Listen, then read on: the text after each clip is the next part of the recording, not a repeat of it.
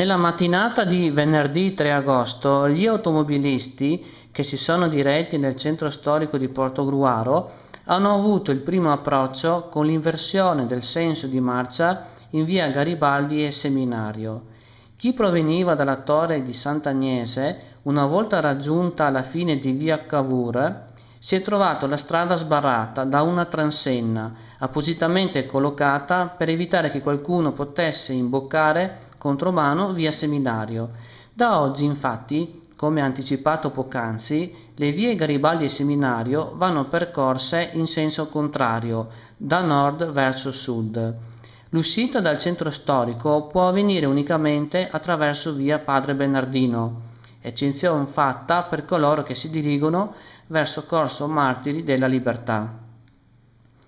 In questi giorni la presenza fissa di un vigile urbano presso l'incrocio di via Padre Bernardino servirà a fornire informazioni ai cittadini e agli utenti della città in merito alle novità introdotte. Oggi, ad esempio, il vigile urbano di turno ha richiamato numerosi ciclisti che imboccavano via Seminario contromano. Ecco un caso che sono riuscito a documentare con la mia videocamera.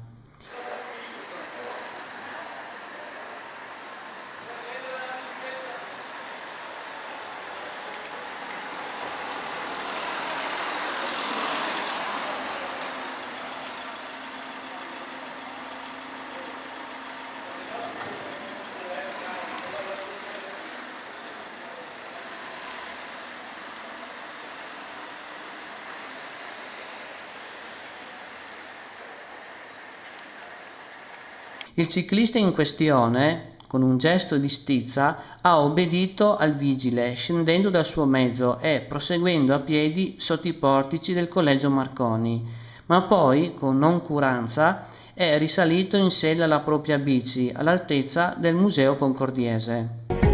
Bici di bicicletta, tu mi hai preso il cuore, salute e baci a tutta la gente, mi sento meglio del presidente. Stasera tutti in bicicletta, parliamo e poi Questo episodio cosa ci fa dire? Innanzitutto che il vigile non può certo monitorare da lontano se tutti i ciclisti indisciplinati rispettano i suoi richiami. Andare in bicicletta contromano addirittura sotto i portici, seppure sia punito dal codice della strada, è ormai diventata un'abitudine consolidata nel centro storico della nostra città. Ci vorrebbero delle piste ciclabili, ma in queste vie antiche è una cosa impensabile. Se ne verrà a capo di questo problema solo quando l'intera area del centro, delimitata dalle antiche mura, diverrà zona a traffico limitato. Una ipotesi che sicuramente farà raggelare il sangue ai commercianti e ai titolari di esercizi pubblici portoguaresi, nonostante il caldo afoso di questi giorni.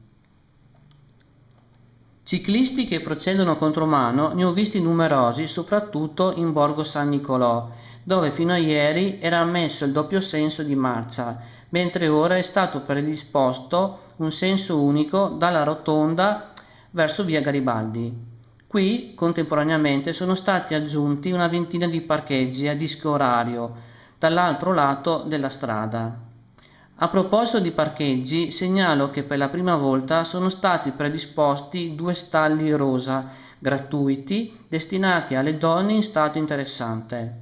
Uno è ubicato nei pressi dei giardini Ippolito Nievo, mentre l'altro all'angolo tra via Cavour e Padre Bernardino.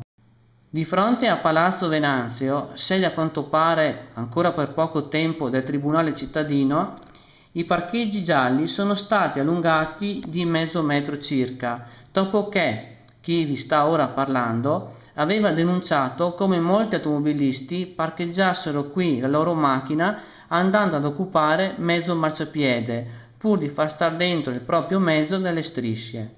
Oggi comunque ho potuto verificare che il problema persiste quando si parcheggiano mezzi assai lunghi come questo furgone. Per tagliare la testa al toro si dovrebbero mettere dei paletti a forma di U rovesciata per impedire una volta per tutte l'invasione del marciapiede.